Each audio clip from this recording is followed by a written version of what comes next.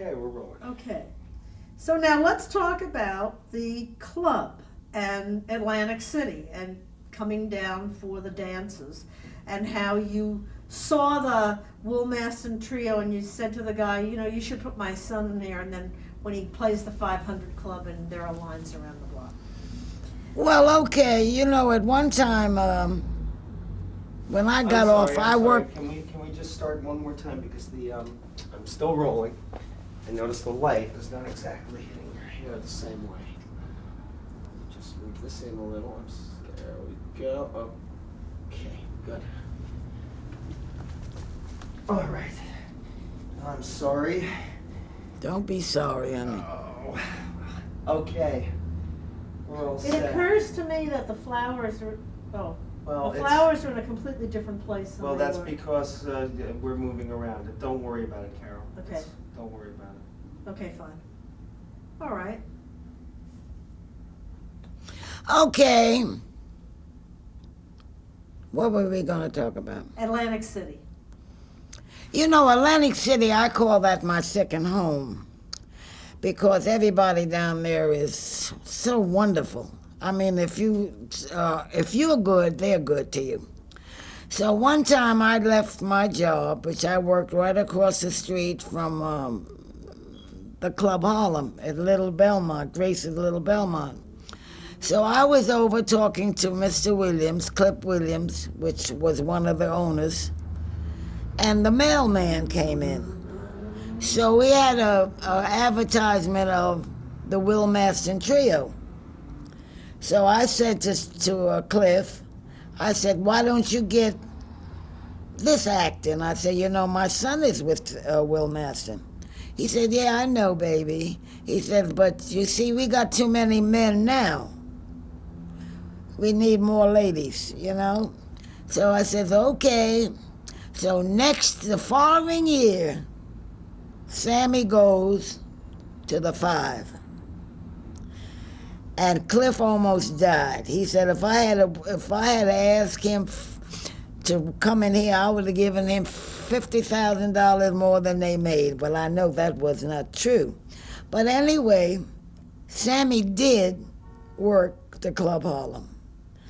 And the night of the breakfast dance, which we have never seen Kentucky Avenue, Arctic Avenue, or Atlantic Avenue so full of people, when Sammy did the Saturday night show.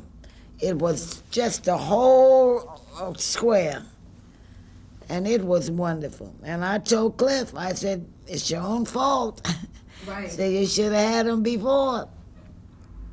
When you were saying to me before about Sammy and hotels and how he never needed to live in a house, do you think that that's just because he grew up so much like on the road that he was more comfortable? Can you tell me a little bit about how? Well, I don't know about how he felt. Right, but you. No, but I think it could be that this is all he knew was hotels, or maybe somebody who had a rooming house.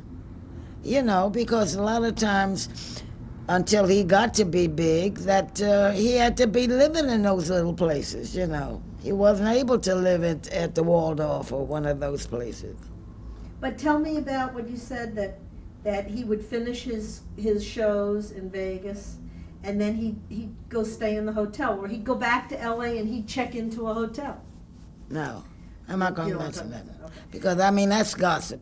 Right. You know, that would make, to me now, Okay.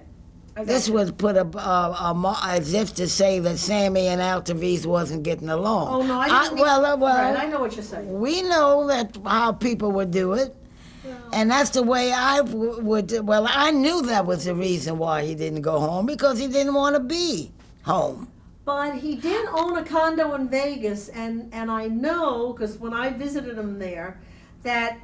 condo where in Vegas? It was in the same complex. I have to look it up in my... You records. talking about Las Vegas? In Las Vegas, and he said he just loved to hang out there. They were all there, like Jerry Lewis, Buddy Lester. Well, you They all sure liked it to was have Sammy's? breakfast together. You sure it was Sammy's condo? I don't know. They said it was. Because I never knew of Sammy having nothing in Vegas. Yeah, I think he did. Nothing. I don't think it was much. And I don't think he never stayed in Vegas over a month, if he stayed there a month. Right, right. So why would he have a condo? I think he used You know, to. I've told you something. You can't believe everything you hear and very little you see. Right, right. But you know, there is something about Vegas that gets kind of in the blood. All those people. I love Vegas. I would like to live in Vegas. If I didn't have my cane, I would love. And if I was about 20 years younger. That's right. They love it there because there's a certain excitement. That's why so many of them like to hang out there. Sinatra used to have a big place in Vegas. He loved staying in Vegas. That's why I'm thinking that there's something about Vegas. It's a kind of show business town that's always show business 24 hours a day. Well, that they was the love it. way it was in Atlantic City. Right, exactly. See, when I first went to Atlantic City, the bar it was 24 hours. Exactly. Everything stayed open.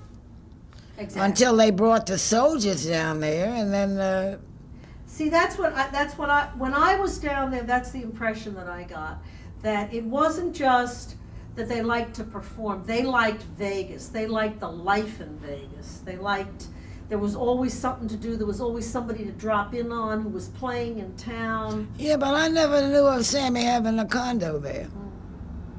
Yeah, I think so. I think he did. Well, I don't know, honey. Right. In fact, it was remarked to me, I think I told you, that they all went there because Jerry Lewis wanted people to have breakfast with him, so they'd all have breakfast. Well, maybe it was Jerry's condo. Well, unless he owned the entire complex, because they were all living in separate places. All right, I think we got it. Okay, yeah, and the Okay. traffic's getting bad. Yes, okay, Yeah, that's mhm. it. Okay, that's great. All No, right. we didn't get the line, about let the lady in. No, We didn't no, ta- I'm not okay, gonna. Okay,